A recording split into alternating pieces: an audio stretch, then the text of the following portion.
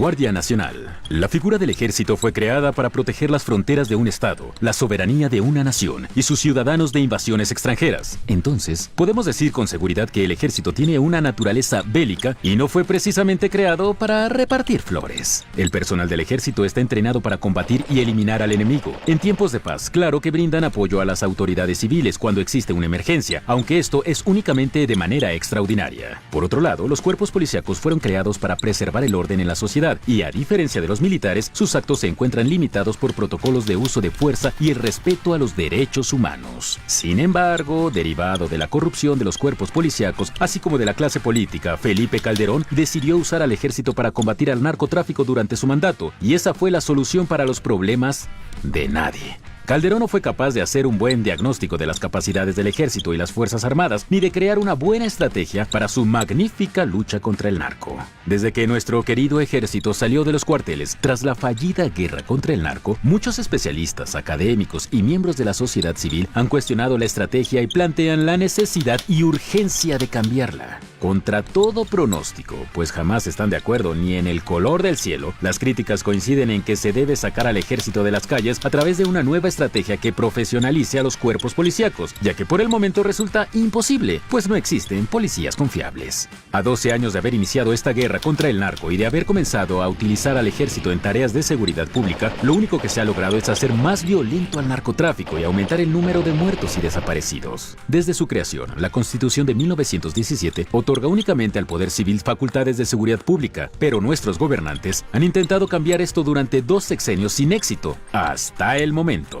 Recordemos que durante el mandato de Calderón hubieron intentos que buscaban dar un marco jurídico a la actuación de las Fuerzas Armadas en el combate al narcotráfico, pero a pesar de sus intentos, la izquierda lo detuvo argumentando que era sustentar la militarización de la seguridad en el país. Y luego, ¡sorpresa! En el siguiente sexenio, Enrique Peña Nieto hizo absolutamente nada en contra de la situación contra el narco. Continuó una guerra que únicamente derramó mucha más sangre en nuestra tierra. Creó una gendarmería que, obviamente, no sirvió de nada y no continuó los esfuerzos por fortalecer la Policía Federal. Peña Nieto también intentó cambiar la Constitución para justificar el actuar del ejército mexicano, pero no obtuvo suficientes votos a favor en el Congreso de la Unión, así que se repitió la historia y la oposición logró detener la militarización del país. En el ocaso de su mandato y dando patadas de ahogado, Peña optó por presentar la controvertida Ley de Seguridad Interior, la cual establecía un marco de actuación del ejército en seguridad pública, contraviniendo la Constitución. Sin embargo, meses después de su aprobación, la ley sería declarada como inconstitucional por parte de la Suprema Corte de Justicia de la Nación. Pero no se preocupen, nuestros políticos no se cansan de intentar. El 1 de julio de 2018, hartos de la violencia, inseguridad y corrupción de los partidos políticos, los mexicanos salimos a votar y elegimos la promesa del cambio, Andrés Manuel López Obrador.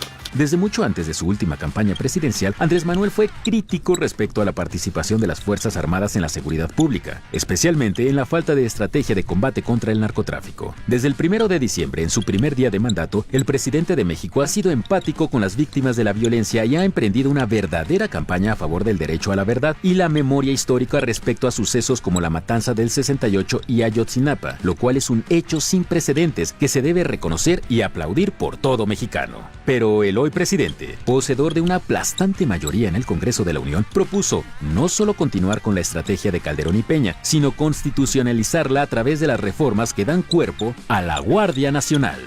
Con esto desconoce una promesa que hizo a los mexicanos y valida una estrategia errónea que nos continuará llevando por el camino de la violencia a pesar de que nos prometió paz. ¿Por qué no estamos convencidos de este actuar?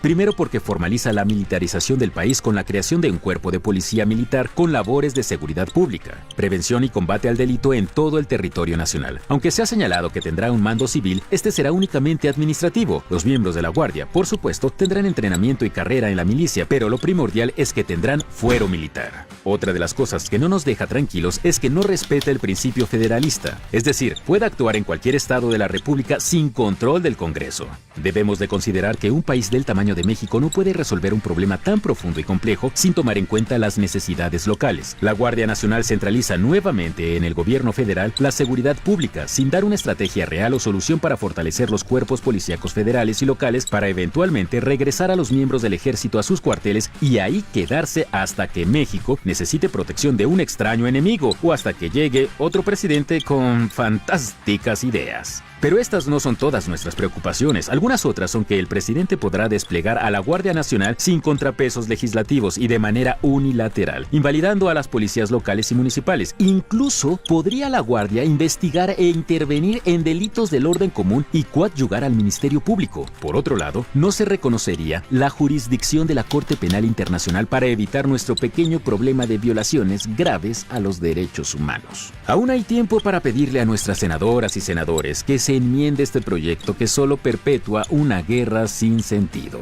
México tiene muchos capítulos en su historia manchados de sangre a manos del ejército mexicano. Son historias que erizan la piel y de las cuales no existe una verdad oficial que se cuente en los libros de historia. Todos estos eventos hacen dudar a propios extraños de la pertinencia de mantener al ejército en las calles. Como dijimos antes, no están entrenados para repartirnos flores.